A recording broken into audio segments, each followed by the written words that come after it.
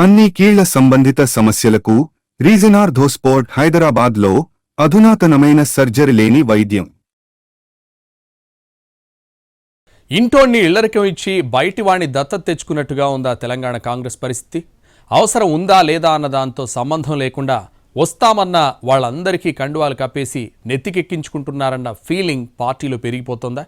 పాతోళ్లను పక్కకు నెట్టేసి కొత్తోళ్లను పల్లకీలో కూర్చోబెట్టి ఊరేగించడం ఎంతవరకు కరెక్ట్? కాంగ్రెస్లో పాత కొత్తల పంచాయితీ ఏ రేంజ్లో జరుగుతోంది? కొందరు పాత వాళ్లు మరో ఆలోచనలో ఉన్నారన్నది నిజమేనా? అధికారం రాకముందు ఓ నీతి, తీరా వచ్చాక మరో రీతి అన్నట్టుగా తెలంగాణ కాంగ్రెస్ లో ఉందా అంటే అవును, మాకు అలాగే అనిపిస్తోంది అంటున్నారట పార్టీలోని చాలా మంది పాత నాయకులు. ఎన్నికల టైంలో పని చేయించుకున్నారు, ఇప్పుడు అవసరం తీరిపోయింది. ప్రభుత్వం రాగానే బీఆర్ఎస్ నుంచి ఎమ్మెల్యేల్ని తెచ్చుకొని మమ్మల్ని గాలికి వదిలేశారంటూ ఏమాత్రం మొహమాటం లేకుండా కామెంట్ చేస్తున్నారట పలువురు నియోజకవర్గ స్థాయి నాయకులు. అధికారం రాకముందు రాజకీయ శత్రువులుగా ఉన్నవాళ్లు ఇప్పుడు పవర్ వచ్చాక పార్టీ మారితే మొన్నటి శత్రువు ముందు నేడు చేతులు కట్టుకొని నిలబడాల్సి వస్తుందన్న ఆవేదన ఎక్కువ మందిలో పెరిగిపోతుందని అంటున్నారు. రాష్ట్రంలో కాంగ్రెస్ అధికారంలోకి వచ్చాక 10 మంది బీఆర్ఎస్ ఎమ్మెల్యేలు కండువాలు మార్చేశారు. అలా వచ్చిన వాళ్లు పాత కాంగ్రెస్ నేతల రాజకీయ జీవితానికి పాత రేస్తున్నారన్న అభిప్రాయం పార్టీ వర్గాల్లో ఉందట. కనీసం పాత వాళ్ళని పిలిచి మాట్లాడే పరిస్థితి లేదు. ఇదిగో అదిగో అంటూ కాలం వెల్లదీస్తున్నారు.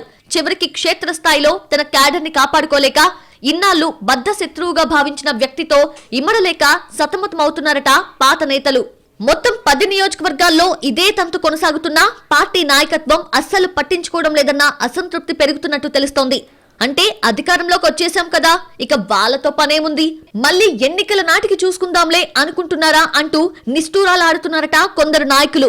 ఎంత నిర్లక్ష్యం చేసినా భరించే ఓపిక కొన్నాళ్లే ఉంటుందని, అలాంటి నేతలంతా ఒక్కసారి బయటికి వెళ్లడమంటూ మొదలైతే మొదటికే మోసమొస్తుందని, అంతిమంగా పార్టీ ప్రయోజనాలు దెబ్బతింటాయన్న వార్నింగ్స్ సైతం వస్తున్నాయట కాంగ్రెస్ నాయకత్వానికి. ఆ లాజిక్ ఎందుకు మిస్ అవుతున్నారన్న ప్రశ్నలు వస్తున్నా అటు నుంచి చలనం లేకపోవడమే అసలు విషాదమంటున్నారు. జగిత్యాల నియోజకవర్గంలో సీనియర్ కాంగ్రెస్ నేత జీవన్ రెడ్డికి బీఆర్ఎస్ నుంచి కాంగ్రెస్ లో చేరిన ఎమ్మెల్యే సంజయ్ కి మధ్య పచ్చగడ్డి వేస్తే భగ్గుమనే పరిస్థితి. ఇద్దరి మధ్య ఘర్షణ వాతావరణం ఉన్నా దాన్ని సెటిల్ చేసే పరిస్థితి లేదు. సమస్యపై సైలెంట్ గా ఉంటే అదే పరిష్కారం అనుకోవటం కాంగ్రెస్ స్టైల్. కానీ ఇప్పుడున్న రాజకీయాలకి ఇది వర్కౌట్ కాదనేది వాస్తవం. ఇక పటాన్చెరు నియోజకవర్గంలో కూడా అదే పరిస్థితి.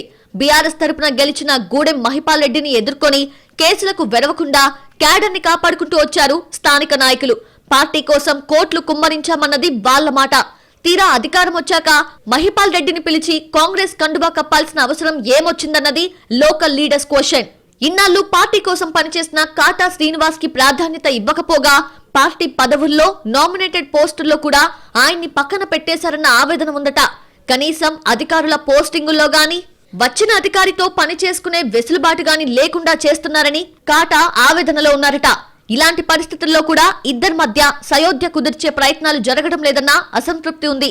కాటా శ్రీనివాస్ జిల్లా మంత్రి దామోదర రాజనరసింహకి సన్నిహితుడని పేరున్నా ఎవరూ పట్టించుకోవడం లేదన్న ఫీలింగ్ ఉందట పాత క్యాడర్లో. ఇలాంటి పరిస్థితే బాన్సువాడ నియోజకవర్గంలోనూ ఉంది. ప్రభుత్వ సలహాదారు పోచారం శ్రీనివాస్ రెడ్డి, మాజీ ఎమ్మెల్యే ఏనుగు రవీందర్ రెడ్డి మధ్య వైరం ఉంది. అది కూడా అలాగే కొనసాగుతోంది. గద్వాలలో కూడా సేమ్ పంచాయతీ. స్థానిక ఎమ్మెల్యే కృష్ణమోహన్ రెడ్డి అసెంబ్లీ ఎన్నికల్లో పోటీ చేసి ఓడిపోయిన సరిత తిరుపతయ్య మధ్య కూడా సయోధ్య కుదరలేదు. ఇలా చాలా చోట్ల పాత కొత్త నేతల మధ్య పొసగక పార్టీ క్యాడర్ అయోమయంలో ఉన్నా అగ్రనాయకత్వం ఏమాత్రం పట్టించుకోవడం లేదన్న అసంతృప్తి పెరుగుతోంది. పవర్ ఉంది కాబట్టి వచ్చే 4 ఏళ్లు ఢోకా లేదు, మేమిలాగే నిద్ర నటిస్తూ ఉంటామని పార్టీ పెద్దలు అనుకుంటే మాత్రం ఆ తర్వాత ఘోరంగా దెబ్బతినాల్సి వస్తుందని కాంగ్రెస్ నేతలే వార్నింగ్స్ ఇచ్చే పరిస్థితి ఉంది పార్టీలో. ఈ నట నిద్ర నుంచి వెంటనే బయటికి రాకుంటే గట్టి దెబ్బలే తగులుతాయంటున్నారు రాజకీయ పరిశీలకులు.